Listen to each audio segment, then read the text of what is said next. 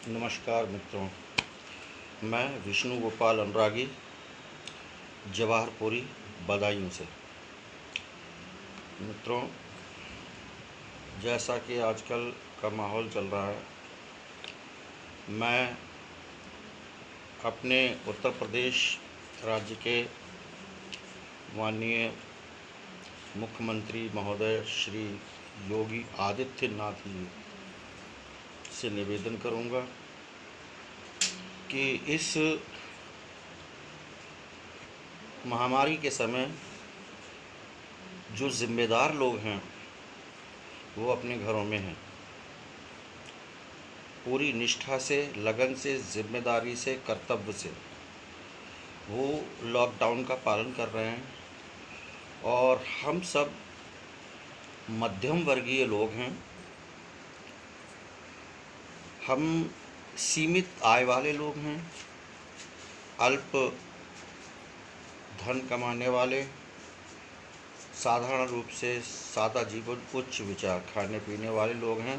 रोज़ कमाते हैं, रोज़ खाते हैं, बचत इतना नहीं कमाते कि अधिक हमारी बचत हो सके, तो अपने परिवार को चलाना वैसे साधारण जीवन में ही बड़ा मुश्किल होता है।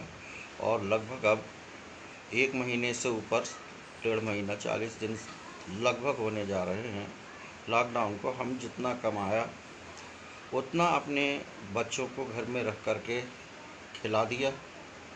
अब हम लोगों के पास धन बिल्कुल समाप्त हो चुका है। स्थिति बताने योग्य नहीं है। हमारी सरकार भी बहुत ज़िम्मेदार है और भरसक समाज सेवी संस्थाओं ने, सरकार ने बहुत ज़्यादा अपने राज्यों में गरीबों का ध्यान रखा है। बात यहाँ से प्रारंभ करना चाहता हूँ। कहने का अर्थ यह है कि हम लोगों को राशन की दुकान पर 5 किलो प्रति यूनिट के हिसाब से केवल चावल उपलब्ध कराए गए हैं।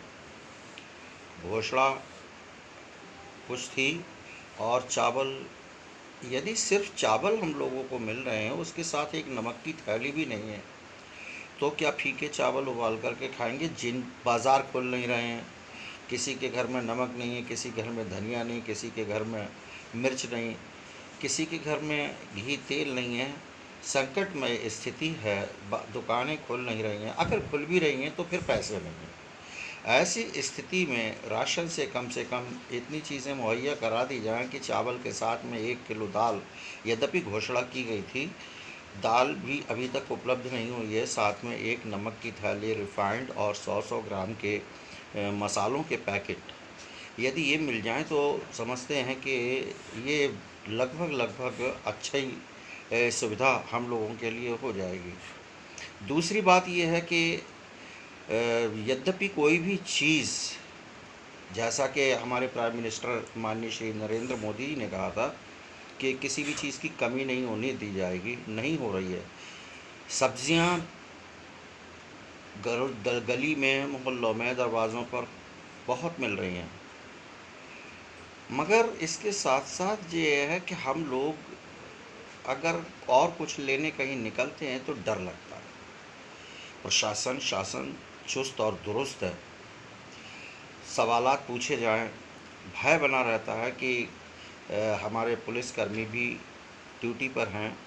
कुछ तो बहुत अच्छे हैं, बहुत ही अच्छे हैं, कुछ थक चुके हैं, तो उनका साहस और धैर्य नष्ट हो गया है, तो वो अभद्रता भी कर देते हैं। सभी तरह के लोग हैं, तो अगर बढ़िया लोग मिलते हैं तो मन प्रसन्न होता है। और कहीं कहीं अच्छे यद्यपि सभी हैं, और यदि वो कहीं कुछ अभद्र व्यवहार किसी के साथ कर देते हैं, डर लगता है कि वो हम ही ना हों, तो इसलिए निकलते पर डर लगता है।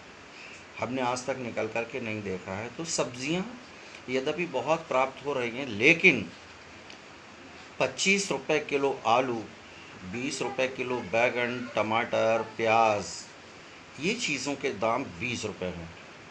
लौकी, कद्दू, ठीक है, सब चीज़ सही है, लेकिन इसके अतिरिक्त अगर हम कटहल खाना चाहें तो 60 रुपये से 80 रुपये तक, घुइया 60 रुपये से 80 रुपये तक, भसीड़े 60 से 80 रुपए तक, कल्पना की जा सकती है दूध 50 रुपए।